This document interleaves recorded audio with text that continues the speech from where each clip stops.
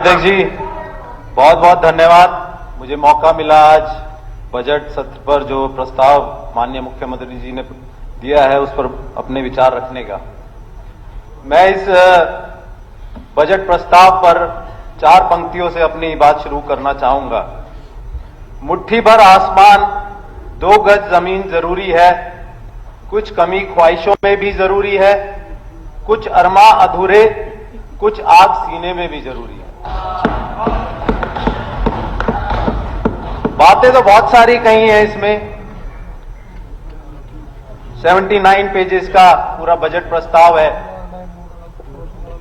और मैं बता दूं ये 79 पेजेस का प्रस्ताव इसलिए भी है कि कहीं कुछ लोग भ्रमित ना कर पाए हरियाणा के लोगों को। हर चीज बड़े तरीके से समझाई गई है। जो स्टैटिस्टिक्स है वो एक ऐसा टूल है जो हर कोई व्यक्ति अपने हित में उसका प्रयोग कर सकता है, लेकिन उसे समझाने का जो तरीका है वो इसमें बड़े अच्छे से बताया गया है ताकि लोग भ्रमित ना हो और जो सही आंकड़े हैं और जो सही बात है उस तक वो पहुंच सकें। तो मैं ज्यादा बातें ना कहकर कुछ चंद बिंदुओं पर प्रकाश डालना चाहूंगा। माननीय अध्यक्ष जी, पिछले 10 सालों में माननीय पूर्व मुख्यमंत्री मनोहर लाल खट्टर जी के नेतृत्व में जो क्रिड की स्थापना हुई थी, सिटीजन रिसोर्स इंफॉर्मेशन डिपार्टमेंट, उसने हरियाणा की काया पलट करने का काम किया है। मैं आपको बता दूं,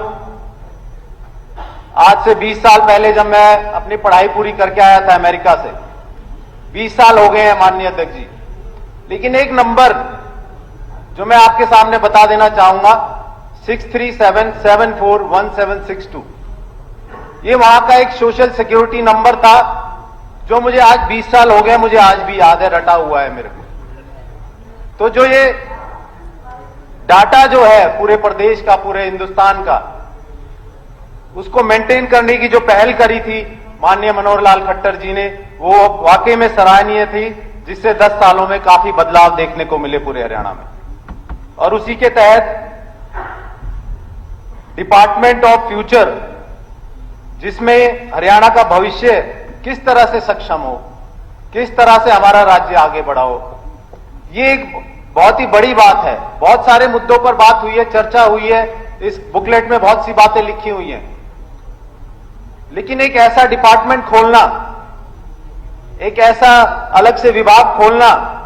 जो हमारे राज्य में क्या चुनौतियां हैं, क्या कमियां हैं, क्या अपॉर्चुनिटीज है और क्या हमें उनके लिए करना चाहिए, वो अपने आप में डिपार्टमेंट एक मदर डिपार्टमेंट होगा। मैं आपको ये बता देना चाहता हूं, ये उस चीज की पहल है। अगले कुछ सालों में ये डिपार्टमेंट डिसाइड करेगा कि कौन से महकमे को कितना बजट जाना चाहिए और कितना जो है उसे कम करना चाहिए। तो ये एक बहुत बड़ी जो पहल माननीय मुख्यमंत्री हमारे नायब सिंह सैनी जी ने जो पहल की है, इसके लिए बहुत बहुत धन्यवाद करता हूं और उम्मीद करता हूं कि इस तरह के फैसले और भी हम आगे भविष्य में लेते रहेंगे। पिछले 10 सालों में जो हरियाणा सरकार ने ई गवर्नेंस पर जो काम किया है, अनेकों विभागों के पास जो नागरिक सेवाओं से संबंधित विशाल मात्रा में जो डाटाबेस तैयार हुआ है, डाटाबेस की जब बात करते हैं माननीय अध्यक्ष जी, मैं आपको बता देना चाहता हूं, ग्लोबल डाटाबेस मैनेजमेंट सिस्टम के अनुसार 2023 में जो ये मार्केट है $100 बिलियन US डॉलर की मार्केट है और ये सरकार के पास बिल्कुल बड़े ही सरल तरीके से उपलब्ध की जा सकती है। इससे हमें सहायता मिलेगी, हमें आसानी होगी कि अपने राज्य में सभी को समान रूप से सभी चीजें उपलब्ध कराने में जो हमें फायदा मिलेगा, वो उसके लिए बहुत अनिवार्य है कि हमारे पास एक एक व्यक्ति का डाटा हो। वो कितनी आय का है, जैसे मैंने एक प्रश्न भी उठाया था कि हमारे स्कूलों में हम 17-18 हजार करोड़ रुपए खर्च कर रहे हैं, लेकिन हमारे पास डाटा नहीं है, लेकिन उसकी पहल जो कर दी है ये एक सराहनीय कदम है और आगे आने वाले समय में इसका लाभ देखने को हम सबको मिलेगा।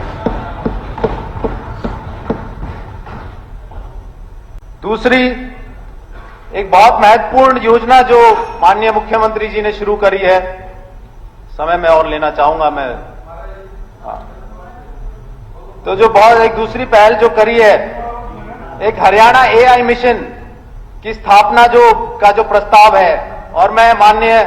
खुल्लर जी को भी धन्यवाद देना चाहूंगा जिन्होंने सहायता की वर्ल्ड बैंक से 474 करोड़ रुपए लाने में। एक शुरुआत हो गई है। एआई आप जानते हैं अगले सालों में कितनी महत्वपूर्ण होने वाली है। एक रिसर्च के अनुसार एआई 36% से ग्रो कर रही है पूरे वर्ल्ड में,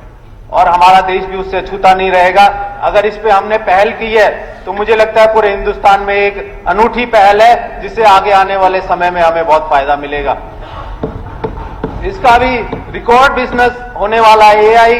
जो है, बहुत सारे लोग कहते हैं कि भाई ये एम्प्लॉयमेंट खत्म कर देगी, लेकिन अगर हम उसकी तरफ पहल करेंगे, हम अगर खुद एआई की तरफ पहल करेंगे और हम उसे सीखेंगे, हमारे बच्चे हमारे राज्य में उसको सीखेंगे, तो हमें यकीन है हम एम्प्लॉयमेंट जनरेट करेंगे, हम और ज्यादा एम्प्लॉयमेंट जो है यहां पर उपलब्ध कराने में कामयाब होंगे।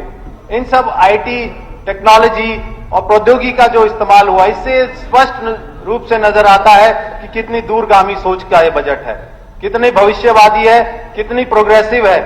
जिसमें पहले भी जिस तरह से काम किया गया हुआ है, समूचे क्षेत्रफल को, पूरे हरियाणा को ड्रोन मैपिंग जो की गई है, ये भी एक सराहनीय कदम हमारी सरकार ने उठाया है, जिससे बहुत सारे कामों में बड़ी सरलता आ गई है। आज कंप्यूटर पर बैठकर अपना जो है देख सकता है एक व्यक्ति की कौन सी जमीन पर कहां कितने गज में वो बैठा हुआ है, और उसका ततीमा भी ऑनलाइन कटने का जो प्रावधान है, ये भी एक जो है पहल की है हमारी सरकार ने। और आगे आने वाले समय में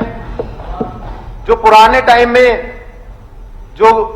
पैमाइश की जाती थी माननीय अध्यक्ष जी, उसके लिए हमारा जो प्रस्ताव है माननीय मुख्यमंत्री जी का कि आगे आने वाले समय में रोवर के माध्यम से वो पैमाइश की जाएगी, तो आप समझ सकते हैं कितना सरल हो जाएगा। आज मैं देखता हूं पूरे हरियाणा में बहुत सारे ऐसे विवाद होते हैं कि मेरी जमीन यहां थी, इसमें किसी और का कब्जा आ गया है, इसमें किसी और ने कब्जा कर लिया है, ये मेरे को पर्याप्त रूप से नहीं मिली हुई है। तो इन सब बातों पर अंकुश लग जाएगा, इन सब बातों का एक सॉल्यूशन निकल जाएगा जब कंप्यूटरीकृत सारा जो हमारा डाटाबेस होगा। जिस तरह से ये रोवर का जिसमें प्रस्ताव रखा गया है, वो अपने आप बता देगा कि इतनी गज जमीन इस एंगल पे इस तरह से आपकी है, और इसमें फायदा मिलेगा। जो मैंने पहले भी एक प्रश्न उठाया था कि जो विवाद हमारे हरियाणा और उत्तर प्रदेश की सीमा पर है, जो हमारे हरियाणा के किसान परेशान होते हैं, जो बुझाई नहीं कर सकते, जो वहां पर अपनी खेती नहीं कर सकते हैं, उनको ये निर्धारित करने में आसानी होगी। जब रोवर से वहां पे मैपिंग हो जाएगी तो उन्हें पता चल जाएगा कि उनकी जमीन कहां है और किस तरह से वो अपनी खेती कर सकें। तो ये जो आईटी का जो प्रयोग किया गया है इस पूरे बजट में, मुझे लगता है ये बहुत सारी चीजों की नींव है, जिससे आगे आने वाले बजटों में इसका बहुत बड़ा रोल रहने वाला है माननीय अध्यक्ष जी। इसी कड़ी में जो है, मैं अगर शिक्षा और स्वास्थ्य की बात करूं तो शिक्षा में जिस तरह से मैथ ओलंपियाड की जो प्रस्ताव रखा है, अब से पहले हिंदुस्तान में होता था ऑल इंडिया मैथ ओलंपियाड, लेकिन हमारे बच्चों को भी एक कॉम्पिटिटिव एनवायरनमेंट में इस तरह की सुविधा देने का जो काम किया है, यह भी सराहनीय है, और आगे हमारे बच्चों को इससे बहुत ज्यादा लाभ होगा, यह भी मैं यकीन करता हूं। और जिस तरह से 10 किलोमीटर के दायरे में संस्कृति मॉडल स्कूल खोलने का प्रस्ताव है, यह भी सराहनीय है। जिस तरह से मैंने भी कहा था कि ऐसे स्कूल खोलने चाहिए जहां मॉनिटरिंग अच्छे से हो पाए, जहां पर आस पड़ोस के बच्चे जो है कॉम्पिटिटिव एनवायरनमेंट में रहे और एक तुलना हो सके प्राइवेट स्कूलों से। जिस तरह से सरकारी स्कूलों के बच्चे और प्राइवेट स्कूलों के बच्चों में एक अंतर देखने को मिलता है, उसको गैप को कम करने में सहायक होंगे। इस तरह से स्वास्थ्य, इस तरह से जो शिक्षा पर जो खर्च किया है हमारी सरकार ने, ये भी जो है मुझे लगता है आगे आने वाले समय में हमारे हरियाणा के बच्चों को बहुत लाभ मिलेगा। अगर हम हेल्थ की बात करें तो बेटी बचाओ बेटी पढ़ाओ माननीय अध्यक्ष जी, मुझे लगता है पूरे वर्ल्ड में इतनी बड़ी मुहिम आज तक किसी ने नहीं चलाई है लिंग अनुपात को कम करने के लिए। माननीय मनोहर लाल जी खट्टर जी इस बात का जो है धन्यवाद देता हूं कि उन्होंने इतनी बड़ी मुहिम चलाकर आज लिंग अनुपात को कम करने में सहायता की है, जिसके अनुसार 2014 में 871 था, 2024 में वो बढ़कर 924 हो गया है। अगर आंकड़ों की बात करें तो बहुत सारे आंकड़े इसमें दिए गए हैं, जैसे